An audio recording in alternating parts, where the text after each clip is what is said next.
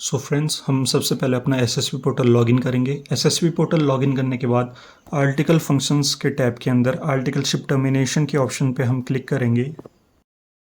Article ship termination के option पे click करने के बाद आपके सामने ये फॉर्म ओपन हो जाएगा। इस फॉर्म के 3 टैब है जो आपको फिल करने होते हैं। सबसे पहले है सर्टिफिकेट ऑफ सर्विस, उसके बाद है रिपोर्ट ऑफ प्रैक्टिकल ट्रेनिंग, और उसके बाद जो डॉक्यूमेंट अपलोड करने का टैब है लास्ट में, वो वाला टैब आ जाता है। तो आपको इस फॉर्म में सारी डिटेल्स अपनी फिल आउट करनी होती है। जैसे आप सारी डिटेल्स फिल आउट कर लेते हो, उसके बाद ये फॉर्म पीडीएफ फॉर्मेट में आपको डाउनलोड करना होता है, और इसी फॉर्म में आपको अपने प्रिंसिपल के साइन, स्टैम्प और ख़ुद के भी साइन करके वापस से एसएसवी पोर्टल पे अपलोड करना होता है। तो दोस्तों, सबसे पहले हमें यहाँ पे इन्फॉर्मेशन प्रोवाइड करनी होती है रीज़न फॉर टर्मिनेशन की। कंफ्यूज मत होना, टर्मिनेशन का मतलब यहाँ पे ट्रांसफ़र से है। तो अगर आप फर्स्ट ईयर आर्टिकल हो तो आप विद इन 1 ईयर वाले ऑप्शन को सेलेक्ट करोगे, और इन एनी अदर केस अगर आप फर्स्ट ईयर आर्टिकल नहीं हो तो आपको कोई भी दूसरा ऑप्शन सेलेक्ट करके चलना होगा। मेरे पर्सनल केस में मैंने फर्स्ट ईयर में भी ट्रांसफ़र लिया था, और अदर दिन फर्स्ट ईयर में भी अपना ट्रांसफ़र लिया था फैमिली शिफ्टिंग के बेसिस पे। तो अगर आप फर्स्ट ईयर में ट्रांसफ़र लेते हो, या फिर फैमिली शिफ्टिंग के बेसिस पे लेते हो, या फिर एनी अदर रीज़न के बेसिस पे लेते हो, तो इसमें जो कुछ भी डॉक्यूमेंट्स आपको लगने वाले हैं वो मैं आपको वीडियो के एंड में प्रोवाइड कर दूंगा।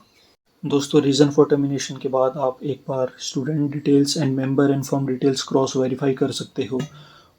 उसके बाद आपको ट्रेनिंग डिटेल्स फिल आउट करनी होती है। ट्रेनिंग डिटेल्स में date of registration and date of commencement of training auto populated dates हैं। ये वही डेट्स हैं जब आपने अपनी आर्टिकलशिप को ज्वाइन किया था।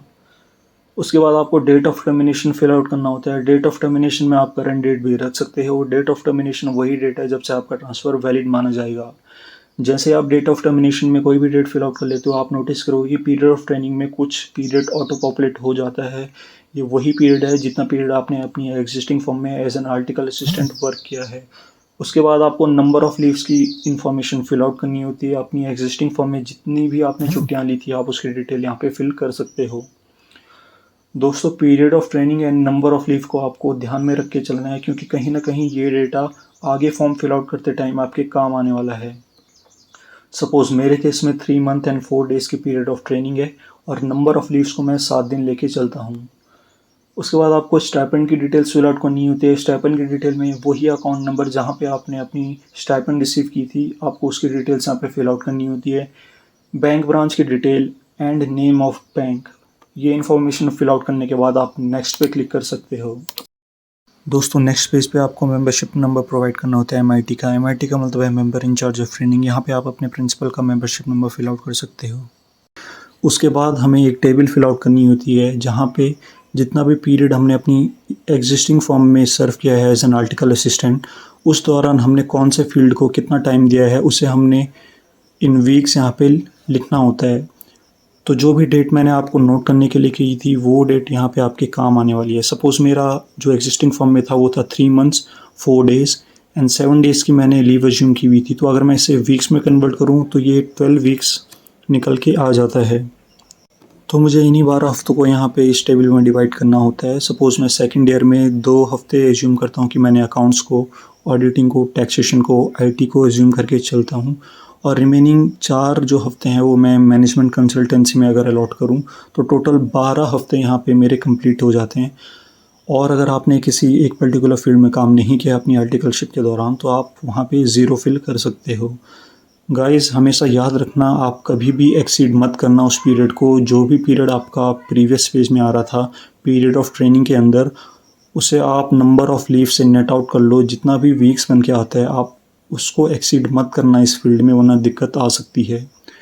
उसके बाद अगर आपने कोई भी ट्रेनिंग प्रोग्राम जो आईसीआई कंडक्ट कराता है, अगर आपने वो ज्वाइन किया है, तो उसकी डिटेल यहाँ पे आप फिल आउट कर सकते हो, वरना आप इसे ब्लैंक छोड़ सकते हो। उसके बाद जनरल रिमार्क्स में भी आप ब्लैंक छोड़ सकते हो, और उसके बाद आप नेक्स्ट पे क्लिक करोगे।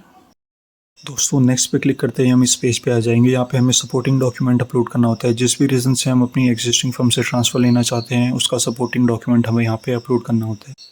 तो अगर आप फर्स्ट ईयर आर्टिकल लो तो आपको बस एक सेल्फ डिक्लेरेशन यहाँ पे अपलोड करना होता है। सेल्फ डिक्लेरेशन का कंटेंट क्या है, किसके साइन लगने वाले हैं, वो मैं आपको वीडियो के एंड में बता दूंगा। दोस्तों, अगर आप फर्स्ट ईयर आर्टिकल नहीं हो तो जो भी रीज़न आपने सेलेक्ट किया था अपने ट्रांसफ़र का, उसका सपोर्टिंग डॉक्यूमेंट आपको यहाँ पे अपलोड करना होता है।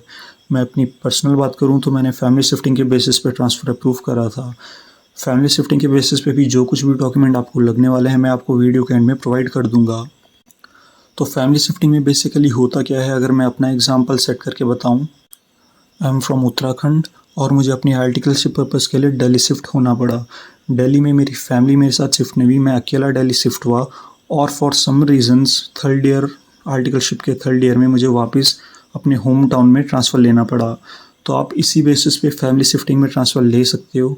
ज़रूरी नहीं है कि आपकी पूरी फैमिली शिफ्ट हो रही हो। अगर आप अपनी आर्टिकलशिप के लिए अपने होम टाउन से दूर कहीं करते हो आर्टिकलशिप, और अगर आप वापस अपने होम टाउन में आर्टिकलशिप कंटिन्यू करना चाहते हो, तो आप फैमिली शिफ्टिंग के बेसिस पे ट्रांसफ़र ले सकते हो। और अगर आपका कोई भी रीज़न यहाँ पे मेंशन नहीं है, तो आप एनी अदर रीज़न करके अपना ट्रांसफ़र अप्रूव कर सकते हो। एनी अदर रीज़न में आप कोई भी दूसरा रीज़न यहाँ पे अपलोड कर सकते हो।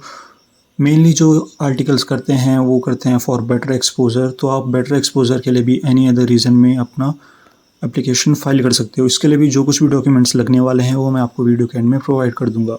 दोस्तों, जो कुछ भी डॉक्यूमेंट है आपको उसके बाद यहाँ पे अपलोड करना होता है। अपलोड करते ही आपका यहाँ पे ग्रीन कलर में अपलोडेड लिखा हुआ आएगा। उसके बाद आपको नीचे जाना है।